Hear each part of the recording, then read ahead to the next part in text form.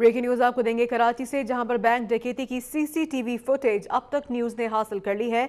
शार कायदीन पर बैंक डकैती की वारदात हुई थी, जिसकी सीसीटीवी फुटेज आप अब तक की स्क्रीन पर देख सकते हैं। बैंक डकैती में मुलजमान 8 लाख रुपए लूट कर फरार हुए थे और साथ में मुलजमान की फायरिंग से बैंक मैनेजर भी जान बहक हुआ था। मजीद जानेंगे नुमान रफीक से। नुमान, इस सीसीटीवी फुटेज की मदद से अब तक क्या मालूमात हासिल हो सकी हैं?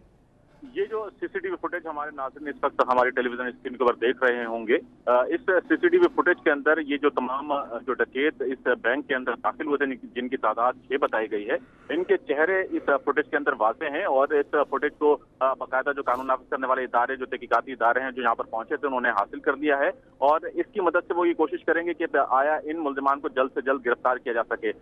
इस फुटेज के अंदर वाज़ेह तौर पर देखा जा सकता है कि एक शख्स जो मुहाफिज, इस बैंक का जो मुहाफिज था, वो इस बैंक के बाहर मौजूद था और उसको बाकायदा दबोचने के बाद ये मुल्जिमान इस बैंक के अंदर दाखिल हुए। और बैंक के अंदर दाखिल के बाद उन्होंने बैंक के अंदर मौजूद जो दीगर सार्फिन थे और जो अमला था, उसको यरगमाल बनाया। यरगमाल के बाद वहां पर लूटमार की है और काउंटर से तकरीबन 8 लाख रुपए इन्होंने यहाँ से लूटे। और जैसे ही ये बैंक डकैती करने के बाद बाहर निकले थे, तो इस बैंक के जो मैनेजर थे वो इस वाक़े से कब जो है वो खाना खाने के लिए वहां से रवाना हुए थे। और ये डकैती इस जगह इस बैंक के अंदर हो रही थी, तो वो गेट पर मौजूद थे। जब मुल्जिमान बाहर निकले तो मुल्जिमान को पकड़ने की इनकी जानिब से कोशिश की गई है और एक मुल्जिम को इन्होंने खुद काबू कर लिया था। लेकिन जब दूसरे मुल्जिम ने जब ये देखा कि उसके एक साथी को बैंक मैनेजर ने पकड़ लिया है, तो उसने आगे बढ़कर उनके सर के ऊपर फायर किया। और फायर के बाद जब वो जख्मी हालत के अंदर नीचे गिरे तो ये मुल्जिमान फरार होने में कामयाब हो गए।